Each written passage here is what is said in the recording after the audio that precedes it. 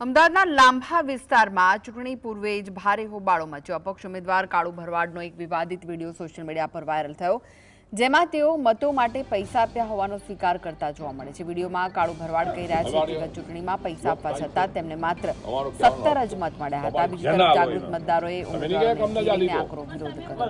અરે બેન, જો મારી આપણો અત્યારે બધું મને અમને કીધું, અરે ગારો ના બોલવું યાર। 2 મિનિટ, તમે મારા ઘેર કેટલા વર્ષથી આવો છો? છેલ્લા 30 વર્ષથી આવો છો? ના બેન, કોઈ જાત પર નહીં બોલતો। અરે મારી આપણી લો, જાત પર કોઈ દાન નહીં બોલ્યો। બીજું મારી આપણી લો, તો આ મંદિરે આવ્યો છું, તમને યોગ્ય લાગે, તમે લોકશાહી છો, તમારા મતનો હક તમારો છે, બરાબર? તમને યોગ્ય લાગે